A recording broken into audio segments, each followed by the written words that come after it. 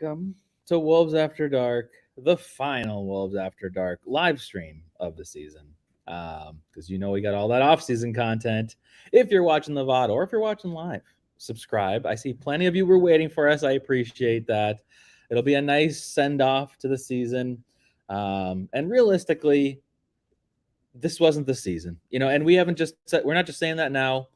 Like, that's how it was. Cat was injured. The Rudy pairing, there was just a lot of chemistry. I mean, obviously teammates were punching each other.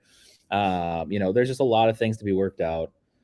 So it's been next season for a while now, but it would have been fun to force a game 6 or to force a game 7. Because honestly, I almost believe if we would have forced a game 6, I think there would have been 7 games. But yeah. But even still, I mean, did we really see this team going beyond the first round? Even if they won the first round, I don't know. But either way, season's slower because Kyle Anderson didn't play. How are you feeling, Ashwin? I was kind of looking forward to a Luka mid-drift myself, man. Yeah, no Luka mid-drifts. That's true. Yeah, whale of a season, man. So much drama in that game. Unnecessary. Like, whose hand is under whose leg is tripping whose. Like, nonstop just bitching at the refs, and the refs took control in the second and third quarter. That was just wild. Kind of a weird game to end our season on, with like a lack of Ant in the fourth quarter. No play calls really for him. But a pretty interesting Cat game. Very, I would say, effective offensively. At least driving to the rim, which was one of my biggest wishes for the game. Yeah. This had us winning all over it, man. We could have easily won this game. The way that we came out, the way that we controlled the paint, the way that they couldn't board the way that they usually board, and they were missing shots. They were missing open shots. They were also missing, unable to get good looks early in the game. Mm-hmm. What a strategy by the Timberwolves. Somehow in the second quarter, though, something like a valve was just loosened, and we started playing very clumsy. Yes. And I think we shot ourselves in the foot when we could have built a lead, extended a lead from 7 to 14 to 15. We made it a deficit. And yeah, you can only do so much from the paint when you're not getting the calls, right? When Ant is driving and Gordon is a hell of a defender. You can't really call fouls on that kind of those things, but he didn't get any calls tonight. He didn't, and his shot wasn't his deep shot wasn't falling tonight. Yeah. Yep. A lot of really a lot of our threes, other than it felt like we struggled from 3, but yeah. Yeah. But it did feel like somehow we were going to win this game, despite all of that nonsense. Yes. And speaking of the comments, Theo, what do you have to say? Just catching up. BX rep. We can say so much about the season, the players, Conley, the series, but tonight the better team won. Can't be mad. I mean, that's a good. Great. I'm not mad at all. Yeah, that's exactly what happened. The better. In a lot of ways, I'm so happy that the season's over because I get to kind of decompress, watch without any stress, and just whatever I want to. Yeah, it's just a lot of false hope at this moment because just I was saying in the opening, it's where were we actually going? We weren't actually going to go anywhere deep in the playoffs. So, yeah, and I mean, they've been Denver played really well against us for most of the series. And yeah, today was a good game. We can't put ourselves in a 3-0 hole. That also, I mean, honestly, I would have been happy if we would have somehow won this series. And I mean, we wouldn't have done anything else, but it would have been nice to be the first team to ever come back from 3-0. But that'd be cool. But speaking of that, J-Dub, can we talk about the refs in this game, please, in the second quarter? I mean, honestly, the refs it was weird tonight because there were moments where I felt like this is a pretty good refereed game. Especially at the start. But then once we got through the second half and especially the fourth quarter, things just became weird. And to be completely fair, on both sides, it was really weird. The Cat hook, I understand that Gordon bumped him first, but that kind of feels like a play that you could overturn. You could say oh no, Cat clearly hooked him back, which is more egregious than the others. Jokic got hit on that 3 that he took near the end of the game. Cat hit him and he didn't call it. And then we came right back down. I think that's when Ant did like a skyhook thing. But at the same time, I mean, Anthony Edwards got fouled almost every play and was not called. I mean, how many free throws did he shoot tonight? Like Two. four? Four. Yeah. Four. It's like, I mean, that's crazy. So yeah, after going double digits in multiple games this series, like it's just inconsistency. It is inconsistent, and I hope that there's some kind of review system that the refs do to see that Anthony Edwards. This isn't just like a typical complaint. Like Anthony Edwards legitimately is getting fouled, and he's just not getting the calls. I do think that his playoff series this time. I mean, every game he played great. I mean, what do you have tonight? 29 points, almost 30 again. Almost 30. So like, his average for the playoffs are going to be like 31. Yeah. So like that's crazy. That's national media attention, and hopefully a better whistle. Hopefully. Gerald, as long as we pay Nah and Trey Cat, everything goes up from here. We're gonna have lots of talks about Cat trades, the signings in the offseason. I mean, we actually have some offseason stuff to look forward to. This could be a crazy offseason, but it also could be absolutely nothing other than absolutely nothing. Like it could be like, oh, we re-signed Nah, or like run it back, yeah. And like Ant's contract could probably happen here soon too, where he's going to get his max deal, or rookie max or whatever. But and then this is what I thought I was pinning. Oh, and pay Nas too. Nas is probably the biggest question mark. I mean, I feel like we have to bring him back, but like there's just a lot of overlapping things going on. So anyways, I just wanted to catch up on some comments that we missed. Decent season. Christian Rondo, welcome back. It was a weird season, up and down the whole time. And I think, thinking back, this is just very quick thoughts after the season, but like, I think my biggest takeaway after the season is probably just, it's very similar to last year. Ant is just the one, Ant is the guy. You saw it even more tonight. There was a moment early in the game where Ant was really upset at Karl Anthony Towns for his spacing. Yeah. And he was like very vocal with him and like visibly frustrated, like jumping up and down, mad at him. And I think that is just him kind of starting to realize that he is the best player on the team and he needs to take over and not play 1A, 1B, like co-star thing. Like this is like his team and he's the leader. So yeah, Sabrina, like seriously, like the free throws.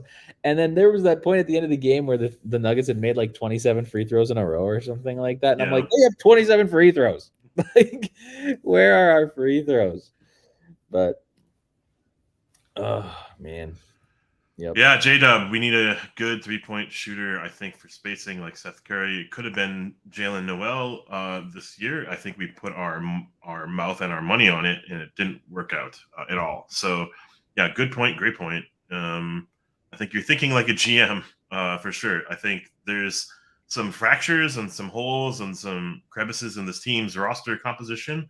I could see it both ways. We could take big swings again and establish like a market price, or we don't do a whole lot. We kind of spin the wheels again and figure things out with a starting five that's been, that will be there the whole season. You know what I mean? Like in my opinion. And I think, truthfully, we don't 100% know what we have, but we have a young core that feels good. And in Nas, Jaden, and Ant, and however we can to keep them around and afloat and thriving in our system, build a culture around them, and then have the others kind of support that is going to be if I were pulling the GM hat, would be my like priority. Notice that I didn't really say Cat and Gobert and Conley, but I do feel like they are the others that can kind of surround an Ant and the young core with winning culture. And we haven't really established winning at all yet, but it can happen. There's a chance that it can happen. But we have to be very smart about it because apparently with the new CBA rules, entering the tax now as opposed to already being in the tax could be kind of an issue for us. But we should also be willing to spend. Some of the teams that are now perennially contending are spending. So let's see how we can actually push through this.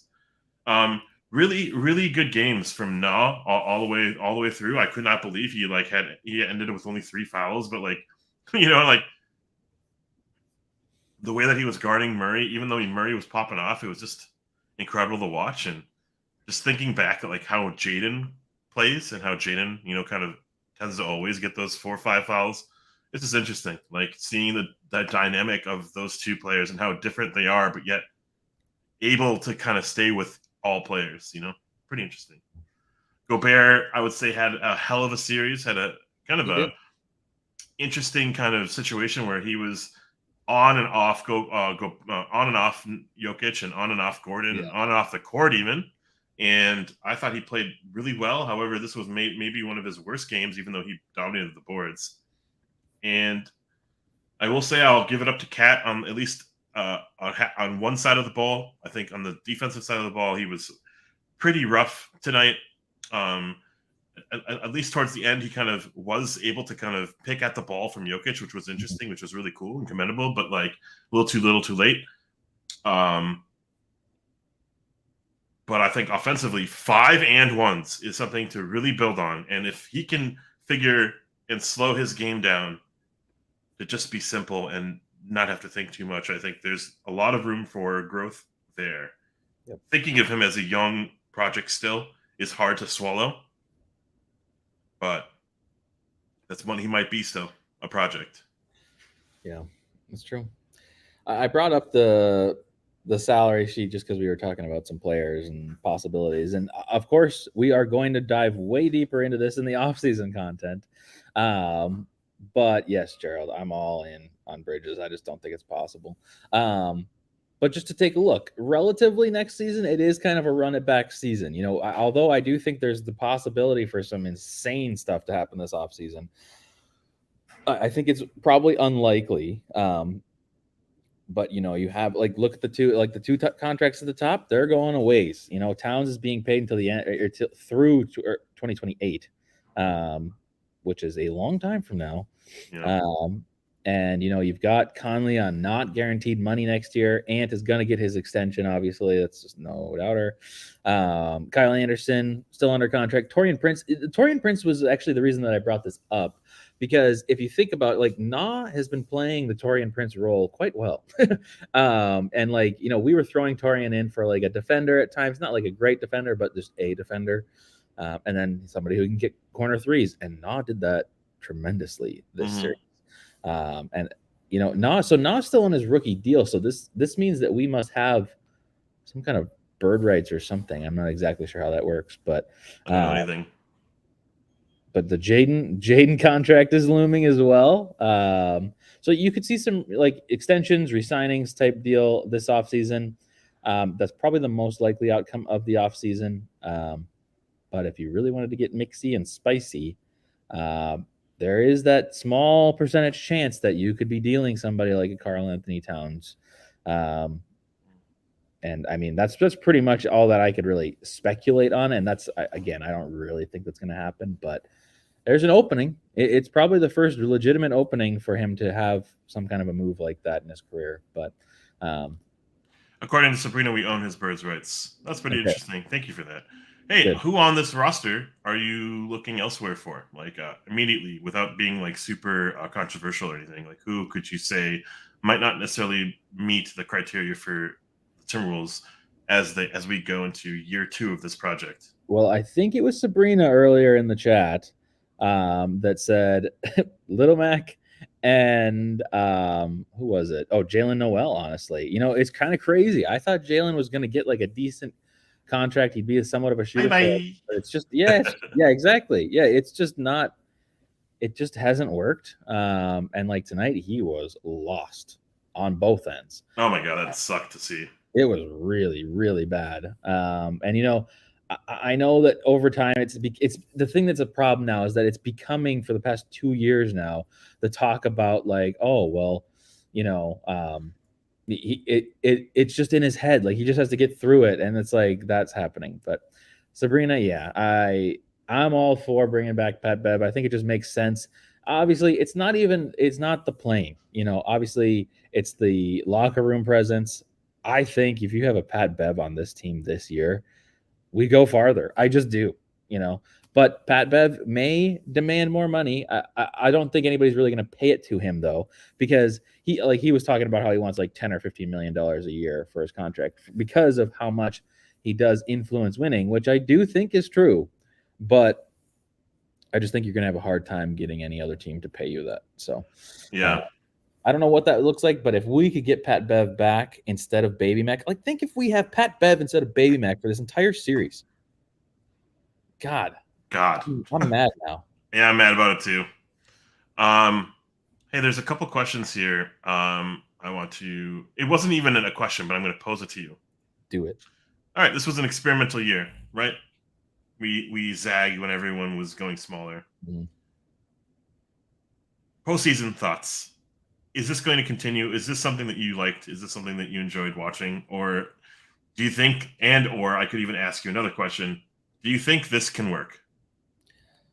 I'll give you a short answer and a long answer. So my short answer is no, I don't think it can work. And no, it wasn't fun. Long answer is I think if you keep Karl Anthony Towns, Rudy Gobert, Anthony Edwards, and some level, at least mid-level point guard together, I think eventually you might be able to make it be something. Do I think that that's like a finals team? Probably not. But do I think it's like a perennial playoff team? Yeah. But so it depends on what you view as like winning. Like obviously as Timberwolves fans, we're very thankful to have any amount of playoffs. Even this year when it sucked, like last year was pretty fun in the playoffs. Like this year was not so fun until like the last two games. So I think you could potentially, if you look at the contracts here, if you keep Gobert and Towns together, and then you extend Ant for his rookie deal, and then Jaden, like maybe you can make it work. But I don't think it's something that's like, oh, next season is that, which is why I have the controversial takes about like Towns and other things like that. Ant is like, if we can get Ant getting to deep playoffs and like championship level play, that is what is going to attract other free agents to Minnesota, breaking the tundra tax that has previously been here. And we just don't. It's just it's just Ant. But the only thing I really enjoy is when Ant has good games. I don't really enjoy when the others pop off. Yeah, sure. My 2 cents, or 30-second kind of appendage to that is that I kind of agree, but I will say that to disagree. I think that there is a moment there, a hint of value in having two bigs out there. It really kind of constrained Denver. It really constrained certain teams in the regular season how to like penetrate that twin tower wall. And Cat, maybe can't guard fours. And that is the Achilles heel. That's going to break down anything we do. But Cat went down for 50 some odd games and we had Gobert. What if we didn't trade for Gobert? Yeah, exactly. Yeah. We were a 500 team with Gobert and others. And like the others Jaden became a scorer, right? And Slow-Mo became super value, like primo offseason content or offseason pickup, right? And Ant blossomed, right? If we had no Cat, no Gobert, and potentially a Vando and Nas, and then it would be Nate Knight and Garza. I don't think we're winning. I don't think we're threatening on down low. And I'll just say it. This is kind of not part of that same conversation, but we traded for Conley late in the season. Mm-hmm. Yeah. Conley is the perfect fit for this team. We have issues at the 4, somewhat saved when we go to our bench with Nas, somewhat saved with Slow-Mo, right? But then if we could stagger the bigs, right? We only play them for like 5 minutes in the beginning game, like Irvin Johnson, KG style, right? Mm-hmm. Big Al, Kevin Love style. And then we go into like a smaller lineup where they stagger the bigs. And then we only really pull them back for the start of the 3rd and maybe like closing minutes of the 4th, or due to the inevitability, the common fact that one of them is going to be in foul trouble, most often it's going to be Cat. Mm-hmm. Like to have that kind of assurance, isn't bad. And yeah, we're paying $100 million for insurance. Yeah. But I don't know. I kind of like the idea, but I wish in a lot of ways another team tried it out. Yeah. And Yeah. Before. like Cleveland is kind of doing it, and they got exposed this year too, right, Yeah. in playoffs. So similarly, we're getting kind of nutmegged as well. But like, yeah, just I think it was an interesting thought exercise. Mhm. And now we're a smarter team. The only like stray is Cat and Jalen, and we're gonna get rid of some of those nonsense pieces too, right? So I feel like this is gonna be a very stout, strong, defensively warranted team that people are gonna be struggling to like face against, Mhm. So and like the development of Ant defensively has been amazing. So It's crazy. I mean, like he averaged 2 blocks, 2 steals every playoff game, and had that amazing block yeah. tonight. Like, what the hell? Yeah, there Uh, was a point in the fourth quarter where I was so pissed off. This is to answer Ty Times quite mm, like kind of comment.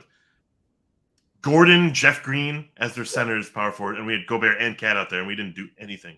They yep. actually kept the game, kept the lead, kept it going. So that was really frustrating to see.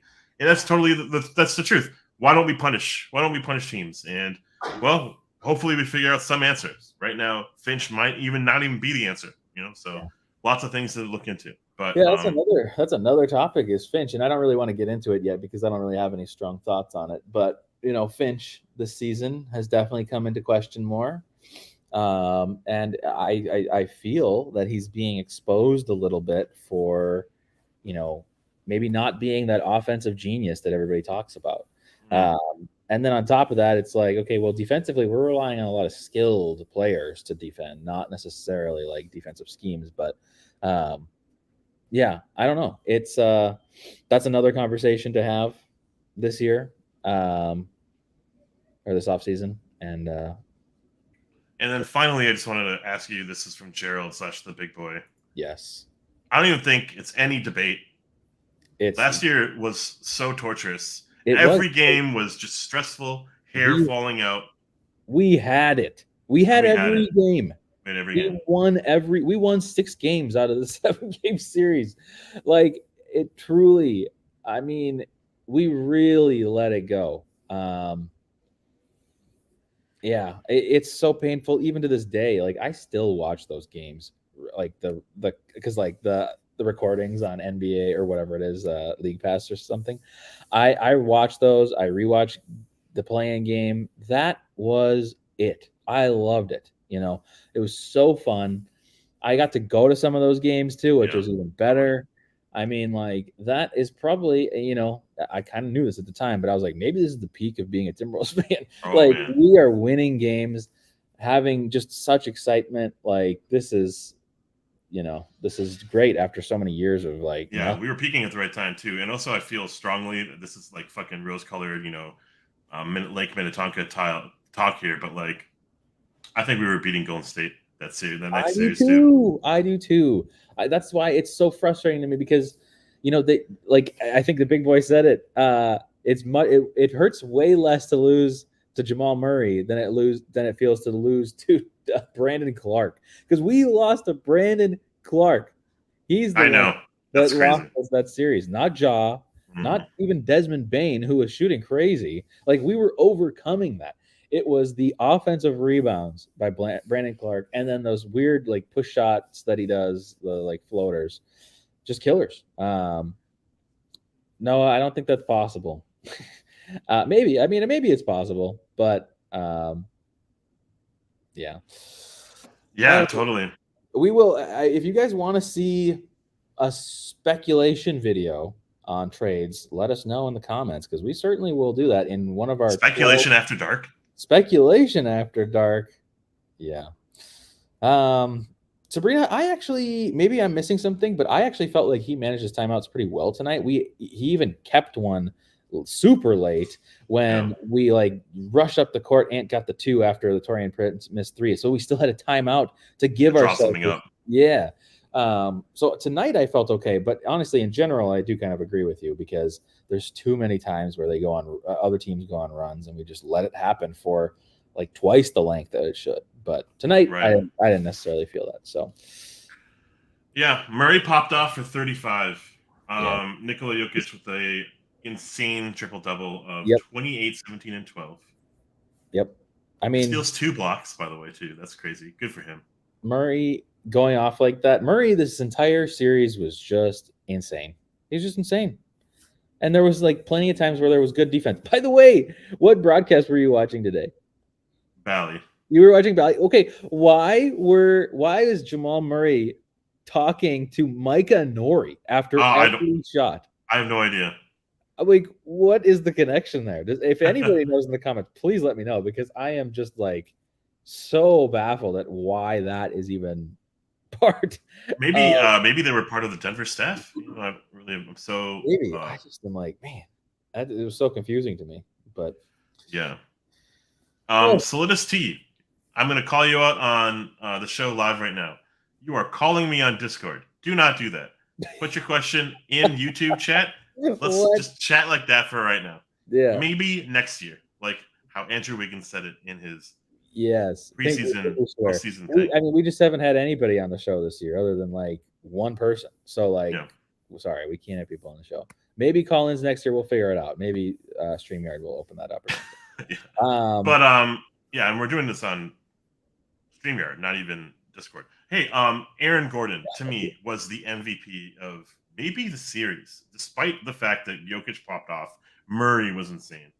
Aaron Gordon did so much. Yeah, he fouls out in a couple games, but his offensive rebounding presence, his willingness to take threes when we were literally giving him the entire runway to do so, and I think his body, his body. Oh yeah, his body, his defensive acuity to guard 1 through 5, to stop Ant from driving, to stop Cat from anything, and then also just to not foul on those Ant drives. Incredible, because I think without him, they lose this series as our roster is currently constructed, because I don't think they have a very big team. And Gordon has to play bigger than this role in a lot of ways. And he's asked to be a 4th option, and he was the 1 option in Orlando. Think of that, by the way. I know. So I just thought he was just like he was good X Factor / MVP to me. Yeah, they just have such a deep team. You know, even like you could even make an argument for like Bruce Brown being one of those players too, because he just made plays at timely plays. Like really, their whole starting 5 is just it's too good, you know. But do you want to jump into the tier list? Let's do tier list. Let's do tier list for the final time ever. Just kidding. Maybe no. How do I do this? Things that we did really well. That first quarter run was so cool. That was such a fun, like, just shut the fuck up, Denver fans. Like, we have this game. We have this completely under control. Ant, it felt a little reckless, but he was like, he's not passing. He's popping off for 60. Like, that's what he wanted to do, it looked like. And he went for 12 in the first quarter, and ended with 16 or so in the half. And after his third quarter blitz, we didn't go to him at all, right? Cat, after a pretty abysmal first half, like classic Cat. Yes, it was. Goes for 5 and 1s, and I don't think I've ever seen that from him, ever. Yeah. Goes to the line 9 times, and I think that's a big takeaway, big positive. If he can watch this game over and over and over again and see the Jekyll and Hyde in himself, he's never going to learn. But I'm just thinking, like, that could be such a boon for us, because the longer he takes to set himself up, the longer it takes for our offense to do anything. No one moves in our flow offense, so it doesn't make sense. But he found himself moving and cutting, and that was good. I think Gobert played Jokic really well throughout the game, and Conley, and then Nickeil Alexander-Walker was just all over the court, at all times. It was awesome to see, and even hitting threes. Yeah, he was. Not active to shoot threes, but now he's given the green light to do so because we don't have anyone else. Points in the paint. We won the battle of points in the paint tonight for the first time. Wow. 58-40. Second chance points was maybe the difference maker to me. Also, they kept on getting boards where we didn't. They dominated the boards tonight. Dominated, but 47-40. It's 7 rebounds. That's pretty big, honestly, for a game like this. And then fast break points, transition. It happened all in a flash in the first half. But 20-10. That's where we are such a slow team. such a debilitatingly slow team because of our two bigs, because of slow-mo, and like our offense doesn't really run through transition when it should. But I don't know. I just wanted to say all that out loud because we also had a 15-point lead. We also had a tech on Gobert. Did we have a 15-point lead? We had a 15-point lead at one Oh, point. we did. So that means that one guy on Twitter won his bet. That's funny. All right, cool. Well, we have a tier list in front of us. I'm We gonna, do. I'm gonna knock some stats off. All right, guess the player. 10 seconds. What? Maybe oh yeah, actually that is true. 10 seconds. 10 seconds. Nothing. Nate Knight. You got him. Expected. Expected. Maybe even a B. He didn't foul, right? He didn't foul. He was I'm gonna give him a B. He didn't foul. Dude, he did his role, man. Guess this player. 8 minutes. 2 points. 3 fouls. 1 turnover. Off the bench. You're taking too long. Jalen Noel. Okay. He was honestly Glenn Taylor. Yeah, let's keep him there. Oh, and even though Baby Mac didn't play, Glenn Taylor. It's still Glenn Taylor. Yeah. Austin Rivers. I thought he would be such a better presence today than he actually was on the court. At one point, he had a shimmy shake layup. That's what he did. That's the only thing that he did tonight. I actually thought he would be a little bit more composed, and he was part of the problem in the second quarter. Team worst, -13, plus minus, but 2 points, and that's it. I mean, is that expected? I don't expect anything from Austin Rivers. After his pregame interview was pretty interesting. True. Like he was like really in, and he was like locked in, and like it's our season on the line too. So why are we playing loose and talking like nothing to lose? Yeah. Oh, this is a wancho from him. Yeah, that's probably a wancho. I agree. Next. 22 minutes, 13 points. 3 of 7 from 3. A couple steals, a block shot, and a slew of turnovers in the second quarter. Taurean Prince. I'm giving him. Man, I so badly wanted to give this guy a good grade. I think this is expected for me. Expected. I was honestly going to go lower. I was surprised when you read those stats off as to how much he contributed because all I remember is 27 straight turnovers by Taurean Prince in a row. Like that's all I remember. So I was gonna go with like a D or even Wancho, but chat, break the tie. And as you break the tie, go ahead and read that running banner on the bottom and like, share, subscribe, answer below with a comment. And don't forget to hit send. Yes.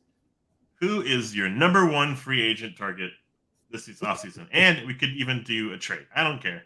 Make it spicy. Yeah. Who do you want on this team? Or who do you want off this team? Ooh. Let's get double-digit comments. And we got some double D's in the comments too. Jeez. Oh, there he is. Bye-bye. Bye-bye. Yeah, I don't know if Prince is going to be on this team next year. So. Well, he's under contract, so. Is he really? Oh. Yep. Oh yeah, we saw that, and I ignored it. I chose to ignore it. Yeah, right, well, I thought he wasn't on the team. I thought his contract was over for some reason. As we get to the starters here, they all played, I wouldn't say flawless here, but they all played. Almost all of them played 40 minutes, which is a little crazy. We'll start with the person who's played the least. Apparently, that was Nickeil Alexander-Walker by 13 seconds. 38 minutes, 14 points, 3 assists, 3 fouls, a steal, a rebound, 3 of 9 from 3. Most importantly, team high on the plus or minus. I'm giving this guy a B plus, if not an A. Oh man, I was thinking A1. Oh man. I really like this game from him. I don't know. He's just convincing me every day that he is worthy of an extension. He is worthy of a contract with us. and it was somewhat of a Jaden replacement in the playoffs. Like Jaden sometimes struggled with his shot, and honestly, you might have got about the same amount of points from both of them, like depending on like who was playing what. But no, I thought this was a really good game. I think to call it in the middle, we'd maybe go A, because it is. Go A. I think stats wise, it probably doesn't make sense to go A1, but I mean, Well, yeah. just the whole playoffs is an A1 for him because he's just been such a huge help. Even though I mean I know that Murray's going off, but like that is not because isn't on him.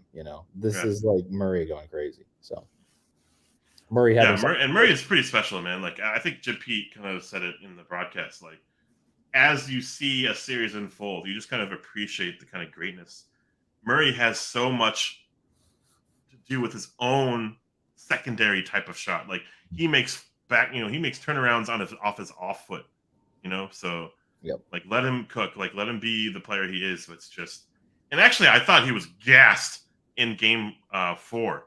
He played the entire second half. With Nah chasing him. I thought that was crazy. That was incredible. But okay, cool. Nah, I think for me took a little too many threes when the offense wasn't set. And that's not a problem, but it was just like, hey, we need something. And it probably shouldn't be Nah from 3 when we didn't even set up our offense. That's all I'll say. That's true. Can you kind of just close your eyes and say, hey, what if we didn't have Conley on our team, or like Conley comes off the bench? Not that I'm saying that, but like Nah and Jaden. That's pretty sweet. Gobert.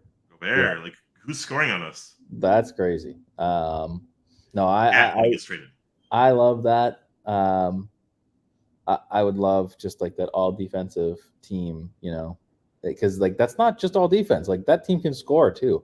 So I just really like that team. Yeah, I just love that, and it's like assurance for in case one guy goes down, and Conley will probably miss time, and boom, insert this guy in the lineup. I feel pretty good about it. Okay, cool. Also, Nah means no Baby Mac, right? For sure next year. So I think so. Yep. Okay, cool. Rudy Gobert, 40 minutes, team high 40 minutes. I don't think you could believe this. Whoops.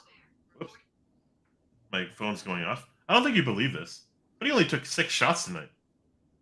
He went 5 for 6 from the floor, 6 for 9, nice from the free throw line, 15 rebounds, fouls out with 16 points. The stupidest foul ever, too. That last one. Like, what is it? Why is he the one committing the take? Yeah, but at the same time, we don't really need him at the end. I guess, but just in a way, if this did go into overtime, we'd be fucked. But yeah, yeah, exactly. Yeah, that was bad on the rest of the teams. Yeah. Okay. Honestly, Rudy's been like an A this series. This was maybe his weakest game. He fouls out. I think he should have seen a couple plays coming that wasn't happening. I think Aaron Gordon was like kind of a thorn in his side sometimes, but I think he could have had maybe a better whistle, and then he would have performed better. But I'm giving this guy a B+, A-. Yeah, I kind of am going. I think I'm going with an A. I'm being kind of generous tonight, but I think I am. I really liked a lot of what I saw from Rudy. I think in the entire series, but tonight I mean, like I kind of said it in the Discord.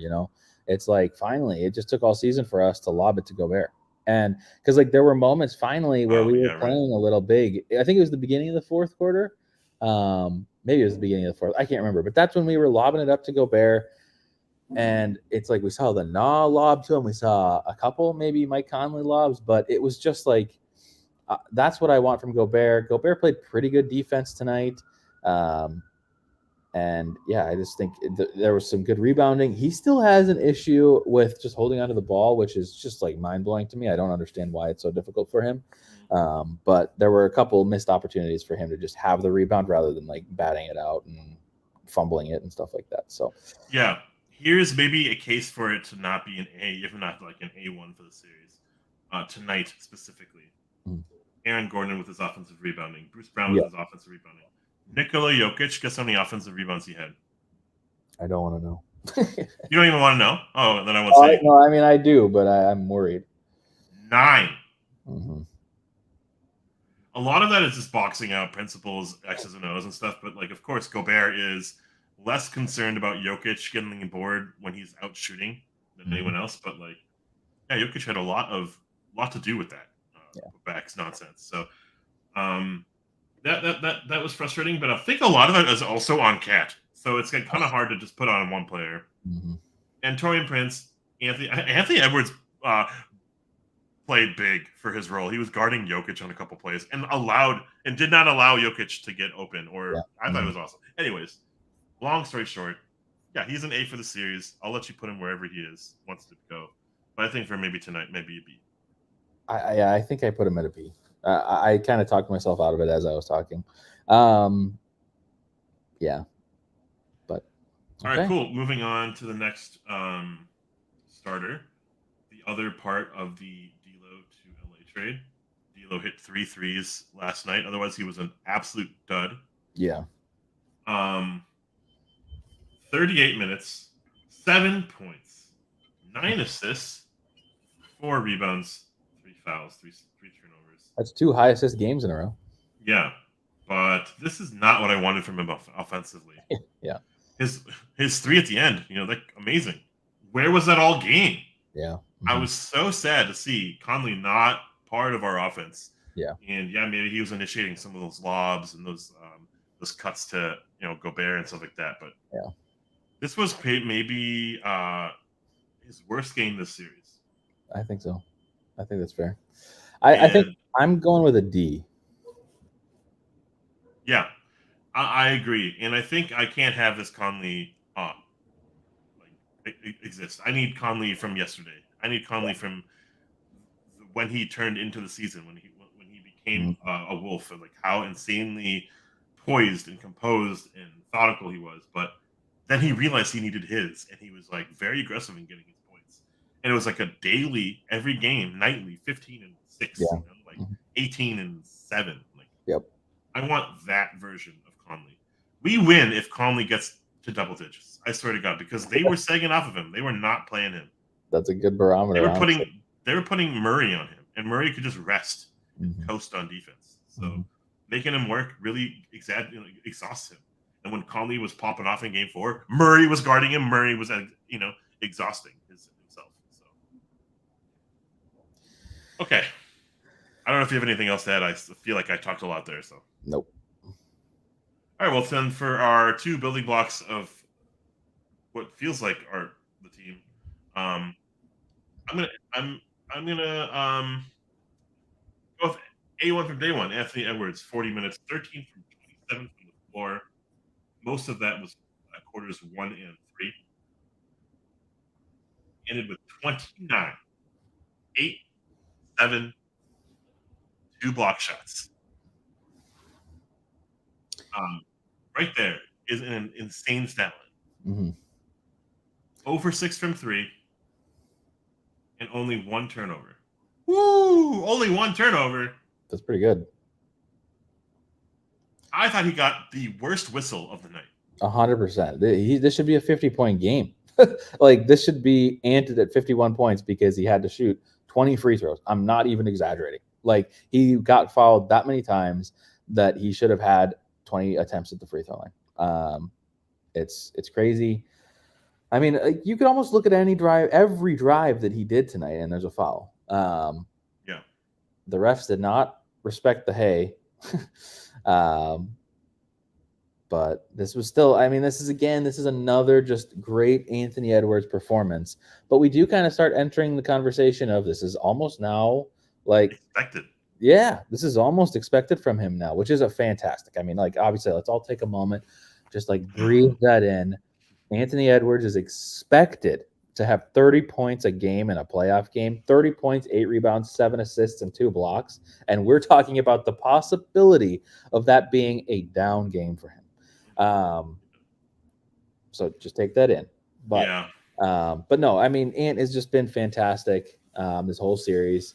But for tonight's game, obviously the 3-point shooting needs to be a thing. I mean, he had a pretty good look at the last shot of the game too. which is probably why he ran right off the court afterwards. Yeah, But he was pretty mad about that, I'm sure. yeah, and I know he's just super frustrated about the whole series too, and the season, Yeah. honestly. He doesn't want to end like this. So Yeah, I he feel gets a little bad. too go ahead. I You feel feel bad bad for him? for him. He's just I feel bad young. for him too. Yeah. He gets a little tunnel vision sometimes. I think he chucks when he shouldn't chuck. I think he drives into contention when he shouldn't be when he's clearly triple teamed. A little bit tonight, he learned how to pass out of that. A little bit tonight, I think he could see Cat in the corner or in his peripheral, right?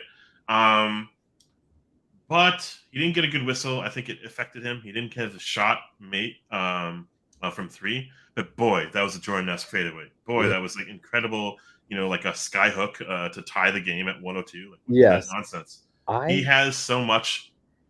He has so much to do with the success of this team, and he can do it from everywhere. Yeah. I swear he must be watching Jordan highlights or something, because even the way he's dribbling the ball up the court, he's kind of got this like Jordan hunch going on. And the Ooh. way he's moving, I'm just like, man, this is like weird to see. Like, I don't know what it is. But he looks like Jordan out there. But Love that. yeah, I I don't mean, know actually what to give him. I think I'm giving him an A1 for the series. Honestly, an A mhm. it would be appropriate. A B could be argued for. I think, yeah, Yes. it's between A and B for me right now, and I can't decide. Um, I think it's, if we're looking at I mean, it's not based on the other players, but I feel like it probably has to be a low A tonight. But Kind of in defense of like a B, maybe the fact that he didn't really get going until the last minute and a half of the game. I guess I'm going to counterpoint your counterpoint immediately, though, because the reason that Ant couldn't get anything going in the fourth was a couple reasons. One, Jared was talking about this in the Discord.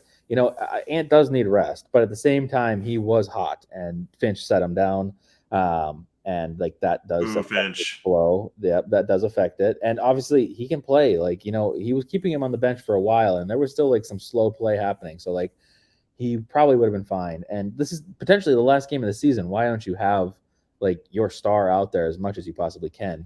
But so that's one thing. The other thing, though, is the minute he got out there, they were trapping him aggressively. He had nowhere to go. He could only pass. Like, he could only pass because he was getting the ball, and they were closing out to him, double teaming him from like 6 feet, 10 feet away from the 3-point line. So Yeah. like, he has to dribble around that and find somebody else, or try to split through. But like, man, like it was tricky.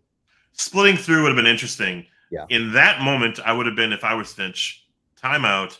Let's draw up secondary action. So we have this prime action of getting Cat involved, and the secondary action is Ant cutting. Yep. Ant swinging around like JJ Redick, getting free like Steph Curry, and then popping up for three, or then driving to the rim. That one time where he did, he got going, he got to the line, So I would have been, timeout. Let's draw up a play and let's go to it. Let's hammer this idea down, because Cat was going too. Cat had his shit going, at least offensively.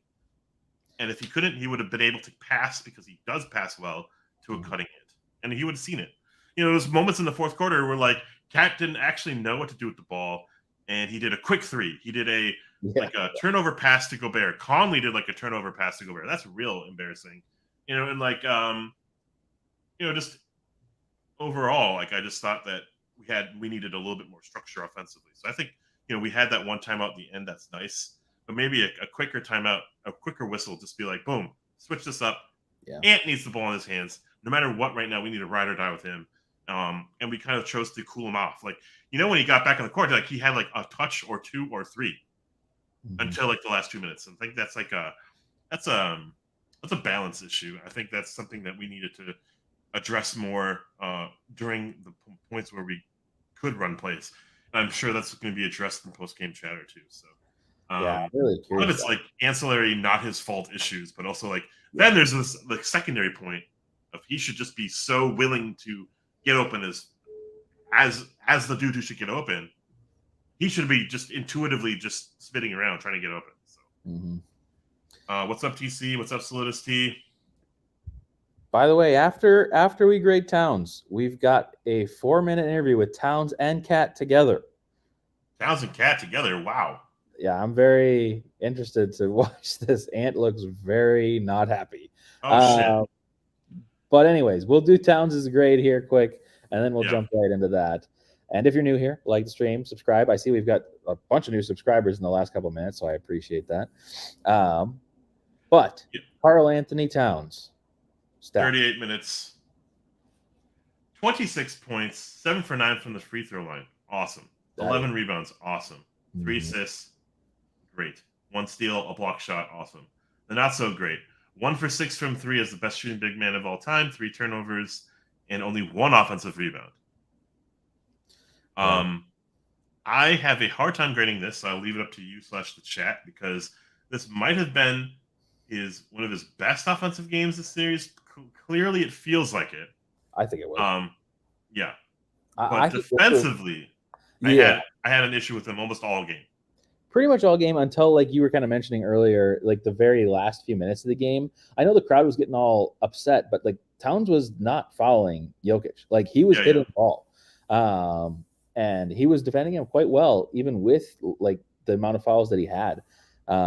We all know that Cat's not afraid to try to defend when he has 5 fouls, but like, but no, like I thought he played pretty well defense down the stretch. Early in the game, it was really rough.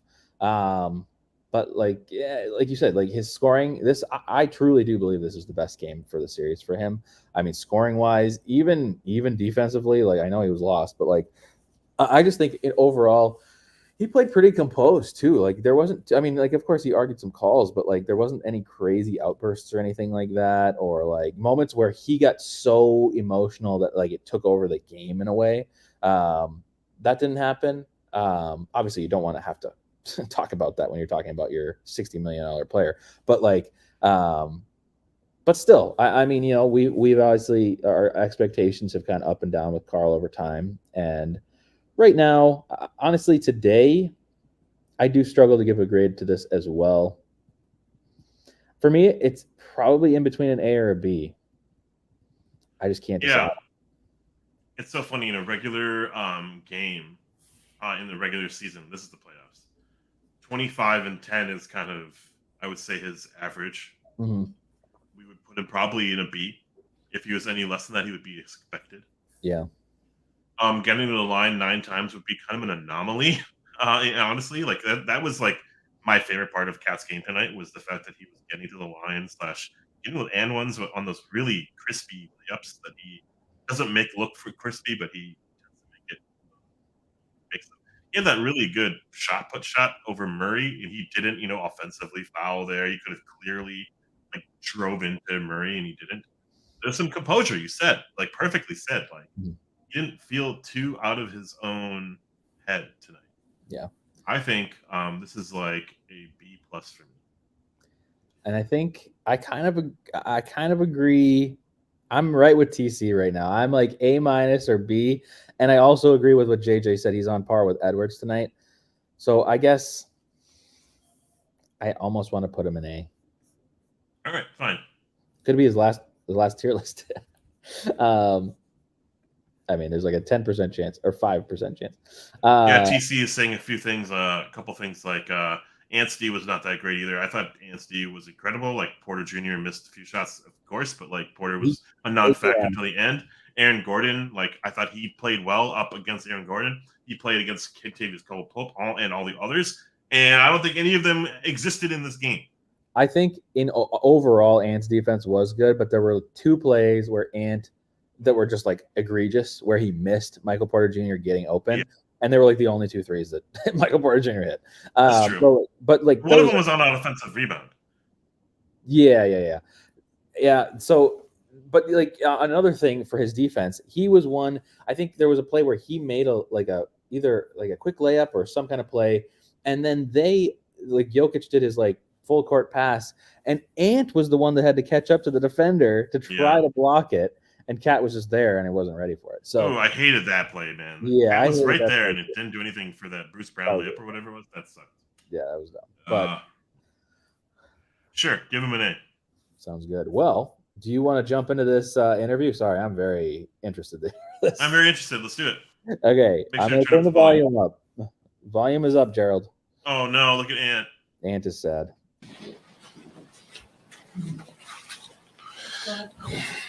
Yeah, just How do you walk out of this one? Just impression how close you got, but couldn't quite finish it off there. I mean, I got to play better. Yeah, that's all I got. Yeah, I just got to play better. What in particular did you think you needed to All do? around, just getting off the ball, making shots. I was over 63, man. That's thing. I stung it up tonight. Carl, you got going in the second half. What changed from first half to second half that allowed you to kind of get more aggressive and get a little more success there? Just getting down, getting down to the basket, utilizing opportunities I have, and just making the most of them. Up the volume if you can. Carl, what is maybe one of the defining qualities you think of this team?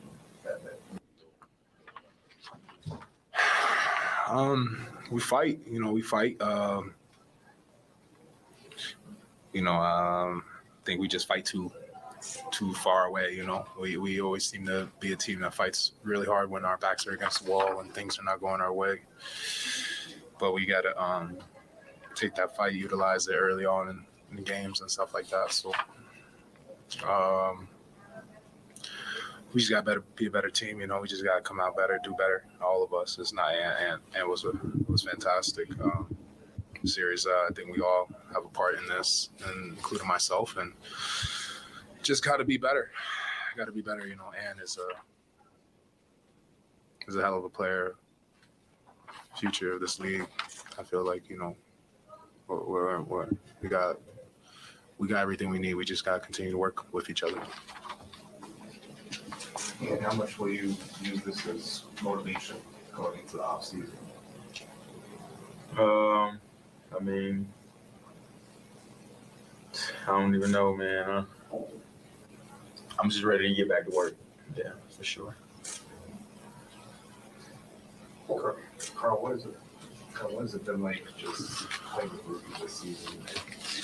What maybe gives you confidence that you guys can make this thing work long term? Yeah, it's been great. Rudy's a great teammate. He's obviously basketball to the side. He's just a great teammate. He has a great spirit. He's very about his teammates. So really appreciate that from Rudy all year. And it's just gonna take a little more time. Obviously got hurt, but for me alone, it just was a big transition. Never haven't played 4 since college.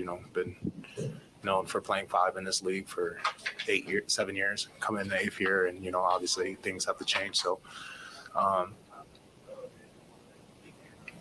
just more time with each other. Obviously it felt we had a whole season to really get it down pack, and then in the playoffs we have it right. But obviously I didn't have that season that I thought I would have with getting injured. So, I think that we all grew all of us together. We grew in knowing how to find Rudy, how to get him involved, where his spots are, and it just comes with some time. And I felt that we through time we found him pretty well. But with the off season, we'll even find him in better positions and even put him in better positions to succeed.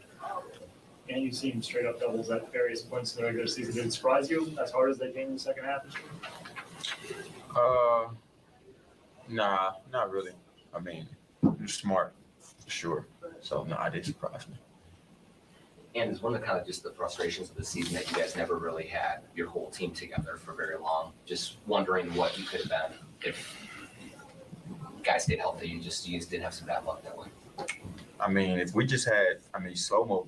If we just had slow tonight, I think we get out of here and force a game 6. Like, bad things after bad things after bad things just happens to us, and but all the praise to my teammates, man, for sticking to all of us. We stuck together throughout all that adversity and for sure, kept fighting. So big shout out to those guys.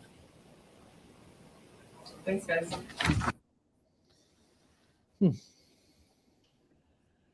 Not a whole lot there, but it was cool to hear through the demeanor that Ant was kind of shocked by the question, "What are you doing in the offseason?" He probably was like, that's the first time he probably even thought about it. Yep. He was ready to go. That's cool.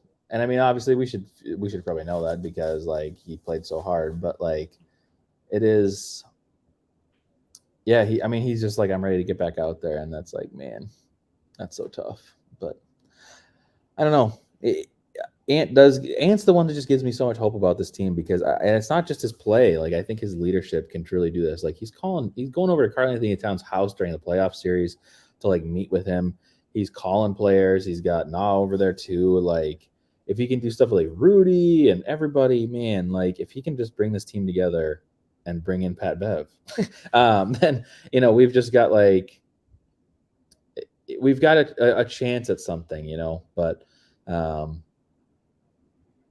yeah, there wasn't much in that. I was hoping for a little bit more, but that wasn't too much. It was just kind of That's cool. Losing is instructive. Learn from this. Yeah, dude, I love that comment. I think you can watch this film for days. This game is going to be imprinted in your brain.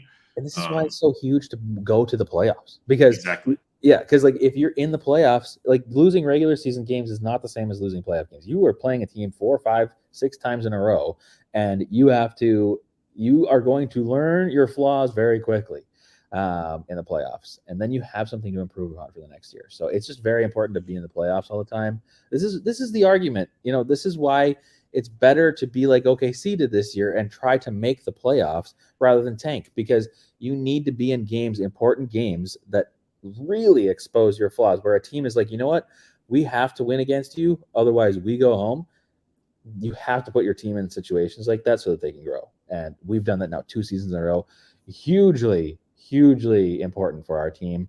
But that doesn't take away from the disappointment. So yeah, coming into the series, I didn't think we were going to get swept, but then after games 2 and 3, I felt, all right, well, we did our best in 1, 2, 3 Cancun / Call of Duty.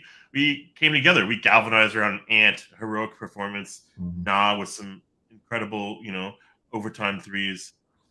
And despite adversity of, Cat falling out and, losing slow-mo, like mid-series, losing slow-mo. Like, we played this hard without slow-mo, who got us here, in a lot of ways. A lot to tip your hat towards. And I think, in a weird way, I'm thinking positively as opposed to, where do we go from here? I'm thinking like the outlook is more brighter than it is bleak. After the series of Memphis, I didn't know where I stood. Yeah, I know. All I knew was Jaden had an incredible game. Ant is him. And I don't know if D'Lo is the answer. Yeah. Don't worry, Nathan Grilla. Are you kidding me? You're going to make me fucking cry. I'm also going to miss these streams. But what we're gonna do, and I promise you, I'm going to overpromise, and we're going to underperform with insane amounts of content in the offseason. We're going to have at least 1 show, but not more than 5. Yeah. And we definitely should have some season preview predictions. I think one thing that we should do, especially actually Ashwin, everybody gets like insight to Ashwin and I's conversations right now. Okay, Ashwin specifically. We should do, since we lived very close now, we should do a stream together for like the draft or like something like that. We could just sit around the computer and watch that, hang out with chat and everybody. Obviously, though, it won't be the same as like games and stuff, but we can do that. And I do think I'm going to try to make myself this year actually do some off-season content. I don't know how much, but there might be some. So yeah, I agree. I really enjoyed like dissecting games sometimes, and now that I have like a little bit of access to tools to do some content creation, maybe we'll get into that space. Haven't done it before, so that's going to be kind of new for us, but that's part of the journey. Like we're growing this channel as much as we can and can afford to, but it's a lot of it's due to your presence, your existence in this space, because it's a community-driven thing. Like if there was no one here, we wouldn't be here, and because you guys are here supporting us, it feels really good. It feels very like warm to be amongst Timberwolves fans to do this together. And yeah, we'll think about future scope, like inviting guests on and have call-ins and all that stuff, and getting guests in. Like, who knows, year 2 or 3 of this, where are we? I don't even know where are we. Are we year 4? Where are we? I don't know. Is this? I think this is year 3. I don't remember. Well, we had at least, I think it started in the pandemic, so Yeah, because we started on Twitch. I don't know who was here from Twitch. Is anybody still here from Twitch? I don't remember. JJ? JJ, yeah, JJ. Yeah. Godfrey? No Trash Panda. I remember Trash Panda. Anyways. Yeah. I'll miss you guys too. And TC, I accidentally timed you out. I didn't mean to. I was trying to just like delete a comment and I accidentally timed you out. I feel really bad about that. TC. But TC said, we'll miss you guys. Ball. Appreciate that. Mario says go. I appreciate you guys. I appreciate you as well. Karl Anthony Towns, 21 points in the second half. Pretty cool. Most of them were and ones. Gobert got most of his points in the second half. Pretty interesting.